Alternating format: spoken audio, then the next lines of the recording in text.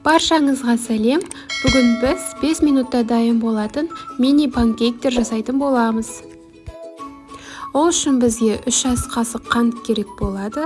Қантымызды ыдысымызға саламыз да, үстінен бір жұмыртқа қосып, венчиктің көмегімен жақсылап қанты ерігенше араластырып алатын боламыз. Жақсылап айналдырып болғаннан соң үстінен жарты стакан сүт қосамыз да, оны да айналдырып аламыз. 5 граммдай разрыхлитель қосатын боламыз.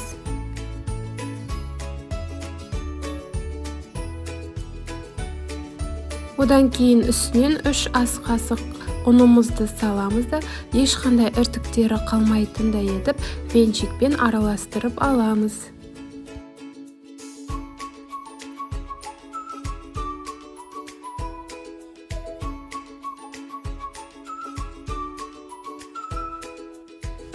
Үш ас қасық сұйық май құямыз да, барлық массамызды жақсылап араластырып аламыз.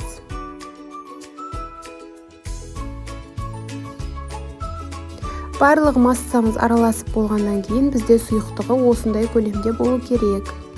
Үйдегі бар баклажкаңызды алып, қақпағын осылай тесіп қойып, ішіне массамызды құйсақ болады. Одан кейін дайын массамызды алып, қызып тұрған сковородкада астына ештеңе жақпай, осылай бір-бірлеп кішкене массадан құйып шығатын боламыз. Біздің панкейктеріміздің беті осылай көпіршіктен бастаған кезінде арғы бетіне ауыстыратын боламыз.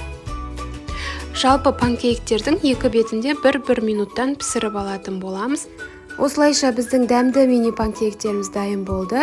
Видео ұнаған болса, каналыма жазылып, лайк басып, комментарий қалдырып кетіңіз.